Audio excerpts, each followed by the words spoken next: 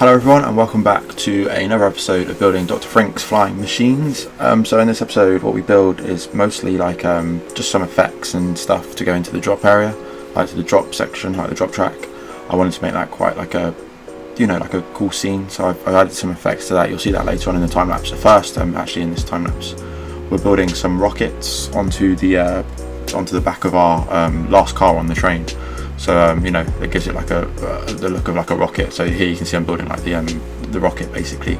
It's not that overly detailed. It's just a rocket really. There's not another way to describe it. And then like I add like a fire effect into the back. So when it goes around the track, like the fire's moving in the back of the rocket. You'll see it as it gets put into the game at the end of the episode. And like I said, we also work on some some effects for the drop section. We get like the drop section effect done. It doesn't get completely finished. I want to add some more stuff in there. I want to add some like characters and stuff in there, hopefully like some little robots which work for Dr. Frink. Like Dr. Frink maybe invented them. I'm probably going to call them like Frink bots or something. So yeah, that's the plan for this episode. So I hope you guys enjoy the time lapse, and I'll be back at the end of it to sort of show you around and show you what we got built. Okay, so during the time lapse for this episode, I thought it might be quite cool to talk about my top 10 favourite dark rides. I know at the moment it's literally just been lists and drip reports. If you have like suggestions for anything else I want to talk about, like I like to think I have like a decent depth of like roller coaster knowledge. Like I know a little bit. I'm happy to talk about any subject. So anything that you want to hear me talk about, maybe at like trips to other parks I've done, or just I don't know, anything like roller coaster based or theme park based. I'm happy to talk about it. So for this episode, I'm going to talk about my top 10 sort of dark rides, like tracked rides. So that some of these like aren't, I don't know, they might not be considered dark rides really, but these are like my top favourite rides basically that aren't roller coasters. Let's start with number 10, which is Maus au Chocolat at Phantasialand in Germany. This one's a little bit like, so a lot of people might not have been to Phantasialand. This one's a little bit like the Toy Story Midway Mania at the Disneyland parks, in the sense that it's the same sort of shooting mechanism where there's like a string attached to a gun and you pull the string really fast and then it shoots into 3D screens. A lot of people criticise this one for being too long. They say it just let go because there's about 10 scenes, maybe a little bit less. I think there's more scenes than there is in Toy Story Midway Mania. Also, a lot of people criticise it because the theme can be a little bit confusing, and like whereas Midway Mania, it's very obvious what you're shooting at. Like obviously all the targets come up with the point scores, and all the all this other stuff. Like, and it's quite easy to understand what you're supposed to be doing in Midway Mania. Whereas in this one, it's literally the only thing you're shooting is mice, and you can't really tell what has what score. But personally, I still prefer it over Midway Mania, just because there's like theming throughout. So like when you're going from scene to scene, like you go through like a chocolate factory. You're like it's a bit like Ratatouille, and I've never been on Ratatouille, but it's a bit like Ratatouille in the sense that you're like shrunk down a little bit, and you go through the chocolate factory and you're shooting the mice. Actually, I don't think you're shrunk. No, you're not shrunk down. Sorry, you're at normal sizing, but you're shooting the mice in this chocolate factory, which is it's quite a cool theme. The queue line's really cool. I really enjoyed this one. We went on it twice, and I thought this was a really good dark ride. So it sits number 10 in my list. Number 9 is Fata Morgana over at Efteling. And Efteling features quite a lot in this list. Their dark rides are really good. I kind of like them. I kind of like the fact that they're just really unique and like their own thing instead of like being like IP based and stuff. So Fata Morgana is like, for those of you that might not know, is very similar to Pirates of the Caribbean. I believe it was probably quite inspired by Pirates of the Caribbean. The difference is it's like an Arabian Nights thing. But I just didn't expect the ride to be so big. There are just so many scenes in that ride, and it's just like, it's amazing. In comparison to Pirates of the Caribbean, I think I prefer Fata Morgana, just because I don't really know why. I just came off Fata Morgana more impressed than I did with Pirates of the Caribbean. Maybe it's because of my expectation level. It probably is mostly to do with my expectation level. Whereas with Pirates of the Caribbean, like you expect it to be good. Whereas Fata Morgana, I just kind of went in with it, with like not knowing what it was going to be. So yeah, I was really impressed with that one. Number 8 is Bubbleworks, and this is the changed Bubbleworks, so before 2006. I just have really great memories of that ride before it was changed. So I was 11 years old when it was changed, but my childhood was Bubbleworks, when we used to go to Chesington World Adventures every year. Obviously, you'd always take a ride on Bubbleworks, and I just remember that being like one of the rides I was most excited for. It was a really good ride. Obviously now it's the Gruffalo. It's still quite good. To be fair, like a lot of people complain about the Gruffalo. It's not as good as Bubble Works, obviously, but it's still quite a good ride now. But it was a really good ride before, and that's more of like a. To be fair, like there probably are dark rides that are probably better than this, but it just has like a personal connection, like sort of thing, and that's why it ranks quite highly in my list. Number 7 is some Symbolica at Efteling, their newest ride, I think. Yeah, they built it in 2016, maybe. I can't exactly remember. But yeah, it was a really, really cool ride. I like the trackless system. That's really fun. Like the cars can do all sorts of different things. They can go in like to different sections that separate to each other. So like basically 3 cars dispatch at once, and they all sort of do their own thing as they go around the ride. It's really cool, and there's some really cool scenes in there.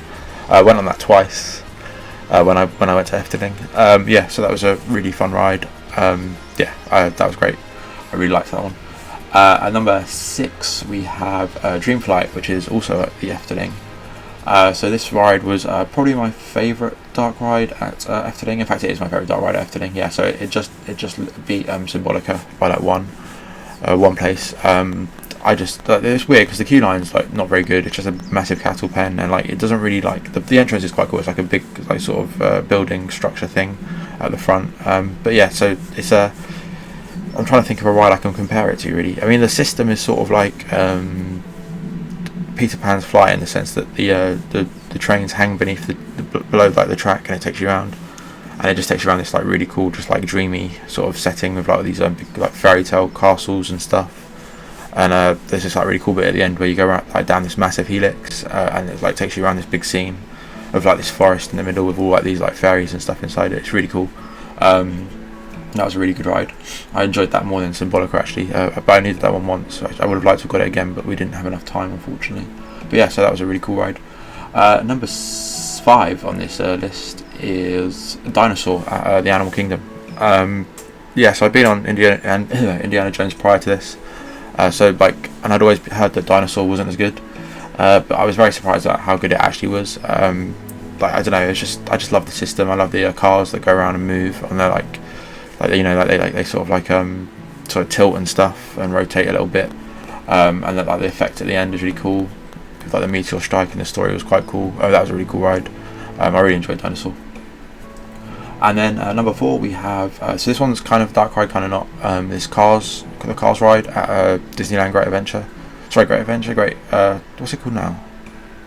I can't remember what it's called. The Second Gate Park at Disneyland California. It's going to really bug me. Anyway, it doesn't matter. So yeah, the Cars ride, really cool animatronics inside the show building. Some really cool scenes.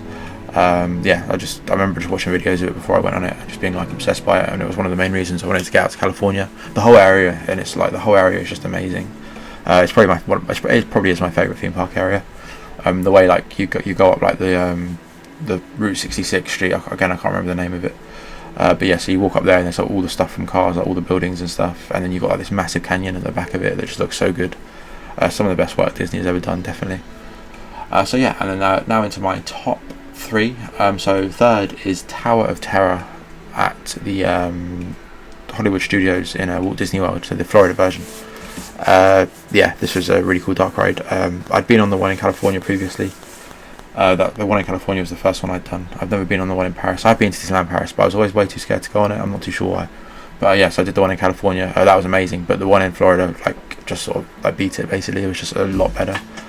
Just in the sense that like it does some more things, has some more tricks. So like the elevator actually moves forward in one scene, and you go like So you go. It's really cool. I'm sure people know all about Tower of Terror, so I don't need to talk about it too much. But yeah, that's its number 3 in my list.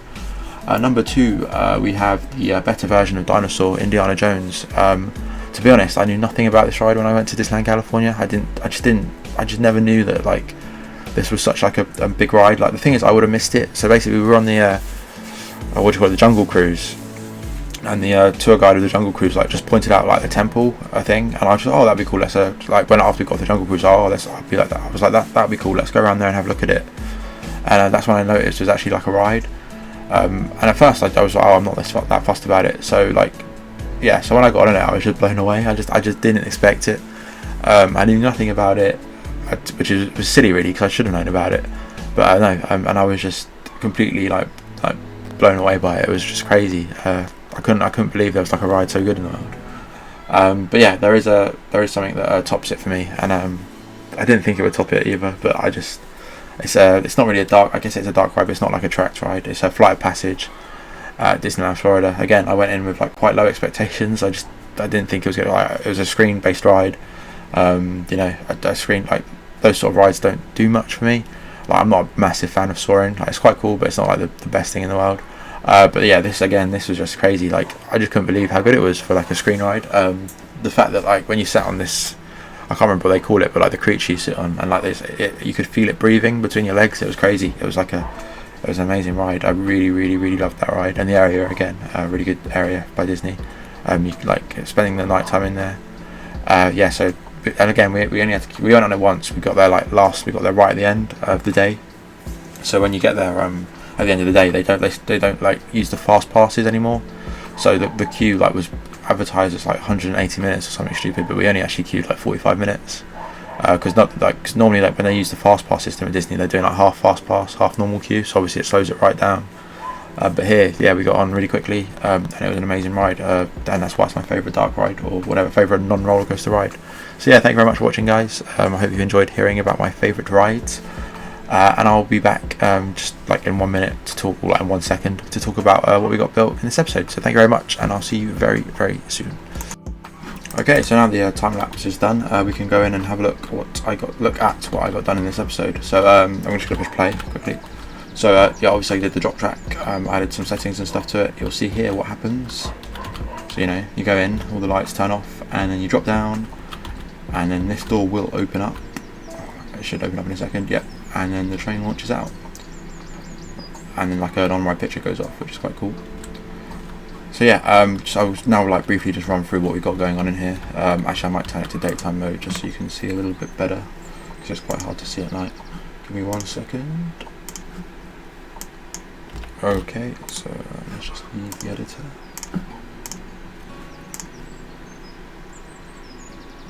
Okay, so here we go. So wait, when the train goes, obviously it sets off the triggers to move these like motor things, which are like keeping the train in place. And then what's going to happen is there's going to be loads of sound effects and stuff.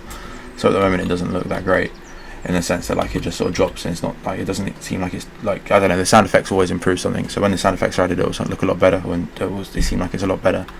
But yeah, so the idea is that you've gone into here, like the launch bay, and what I want on this little section here, which you can't actually see at the moment because it's not lit up. When it's lit up, let me pause the train when it gets into the right place, so I can light up the inside of the drop track so we can see a little bit better. Okay, so what we've got here is so here it's going to be like there's going to be like a little Frink bot, I'm calling them, the little robot things I plan to model. There's going to be one standing here, like, I don't know, like playing with the controls. And then he's going to look at you as you come in, and he's going to like greet you in like a silly voice, in like a silly robot voice, whatever. He's going to greet you and he's going to say hello, and then he's going to go he's going to look around and go uh-oh, and then like the power's going to cut out, and then he's going to the train's going to drop. That's the plan. That is my plan in my head. So yeah, so the train's going to drop, like, so he's cut the power, whatever, and this is like a loading bay, so really it's supposed to lift you down slowly, because of what he's done, it goes down quite fast. And then when you get down here, what I wanted to do, I'm not sure how feasible it's going to be, but I want to put like a screen up against one of these walls with like a mirror image of the a mirror image of the train, and I want like maybe like possibly Dr. Frink, I don't know yet, to be like standing up here, and then I want him to be like to say like, oh computer, like scan the train, and then on the video like this like green bar is going to scan over the train and say like critical damage to rocket or whatever. And then the doctor, or Dr. Frank's going to say like, oh, it doesn't matter, we're going to launch you anyway, and then he's going to launch you, sort of thing. Obviously not in that, so not exactly like that. It's going to be a lot better than maybe the way I described it, but that's the plan for the drop at least anyway. Obviously, like, we've still got all the station and stuff to do. I changed the colour of the trains, by the way, just because I wanted to.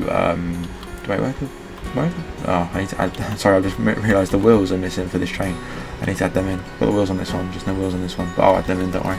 Yeah, sorry, what was I saying? I changed the colour of the trains because I thought a darker colour would look better against the track, because the light colour was sort of clashing. But yeah, sorry, moving on from that, also, sorry, there's another thing we got done, which you can see on the back of the trains, are these rockets on the back. I mentioned them in the time lapse. You can see like the fire effect in the back of them, like, and that just continuously goes around as the train goes around the course. Where is the train? I can't find it, I was going to show you. But yeah, so here we go. You can see it here. You can see the rockets on the back. It just looks quite cool, I think. Like, sort of just shows that they are like supposed to be like flying machines or flying rockets. I probably should have stuck with the name flying rockets, to be honest, because flying machines isn't really what they are. They're flying rockets, but it's flying machines now. I'm not going to change it because we're quite far in. But yeah, oh well, there was another thing I wanted to talk about the launch, sorry, that I didn't go over just quickly. So obviously, yeah, this door opens as well. I had this like animated door that would just open as the train goes out, just so it's sort of, because I wanted to hide like the launch lights before, until you actually got onto the launch. Because I like these launch lights, they're quite cool. It just sort of shows it's like a launch bay sort of thing, like showing you where to launch out to. And then also in here there's the on-ride photo, which will go off now. Ooh, actually, there you go, and you can see the on-ride photo goes off, which is quite cool. You always see them on launches and stuff, so I wanted to add that into here. And then yeah, so on top of that, I need to add like all the like launch details and stuff, because obviously there's no brakes, there's no launches or anything, like no like LSMs added to the track or anything, no motors to move the trains. They all need to be added. So that'll probably come in the next episode. And obviously on top of that, I need to add like a station building, obviously so people can get on and off the ride. And also I need to, like, this isn't going to be the outside of the launch. This is very temporary. This is just sort of like a placeholder sort of object. The outside of it, this won't be what the station building looks like, because I'm aware this doesn't look good. This will change, and also it's dimmed as well, so that it looks really weird with the shadows and stuff, because I've had to dim the object, because obviously you don't want this to look like you're outside, you want this to be like an inside thing. You want this to be like in the dark, obviously. So yeah, there won't be like light seeping in either, so obviously the light's coming in through that hole here, but this hole will be covered up with the building, the station building and stuff. So yeah, that's it really. That's it for this episode. A lot of the work was done off screen. A lot of like the stuff where you have to like apply scripts and, you know, like add scripts, which is pretty boring work really. It takes a long time. Sometimes it can take a long time because you've got to like add different things, different objects, and add different scripts. But it's not anything worth seeing. Like, if it is something people want to like know how to do, a guy called Best Danny, if you just search that into the Steam Workshop, he has loads and loads of different like tools for making like some amazing like to make objects move, to add lighting effects. He does so much. This ride wouldn't be possible without him, because I know nothing about scripting, but with his tools, like literally anything is possible, no limits. If you know how to 3D model and you use his tools, you can literally do anything. It's crazy.